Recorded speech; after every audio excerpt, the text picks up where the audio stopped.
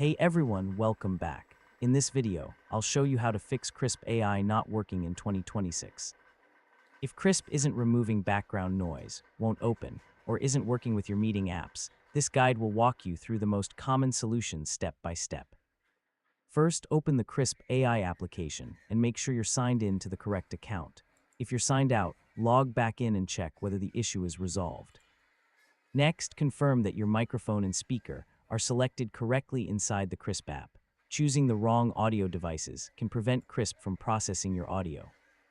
Now make sure noise cancellation is turned on. If it's disabled, Krisp won't filter background noise during your calls or meetings.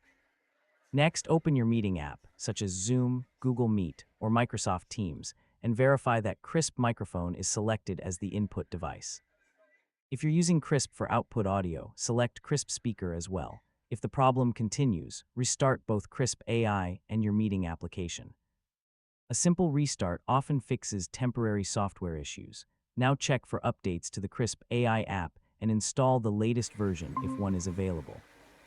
Running outdated software can cause compatibility problems. Finally, if Krisp still isn't working, restart your computer and contact Krisp support if the issue persists after trying these steps.